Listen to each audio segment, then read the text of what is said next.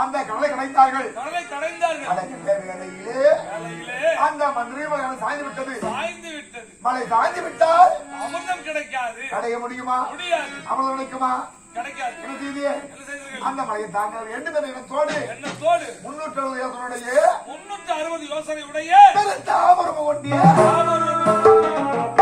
ஒரு மம்மியன சொல்லக்கூடிய ஆமரம ஒட்டிய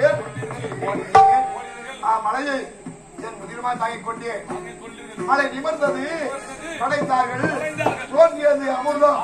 எதிர்த்தியே தேவனை கொடுத்து காப்பாற்றினீர்கள். அறக்கரை அளிப்பதற்காகவும் தேவனை காப்பாற்றுவதற்காகவும் அந்த மழையை தாங்குவதற்காகவும் நல்ல முத்துமணி மாலை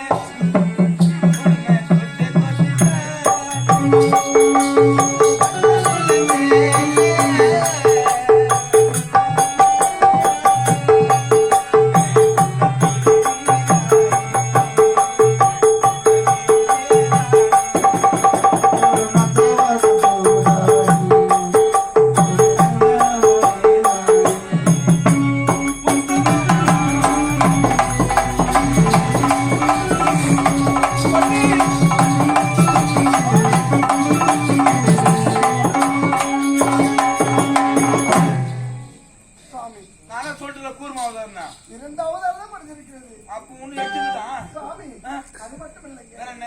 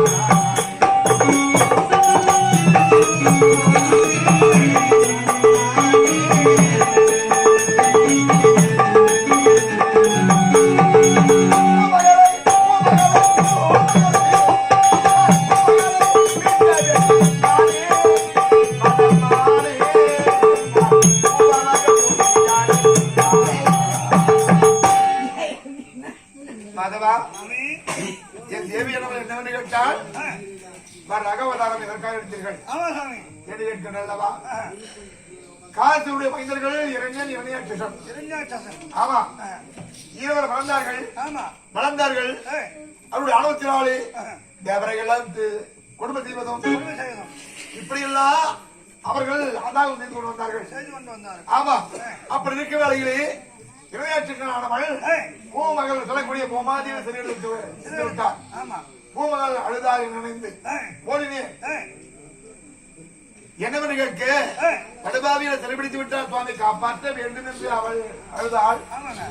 பார்த்து அகப்பட்டுக் கொண்டான். இருவரும் கடுமையான போர்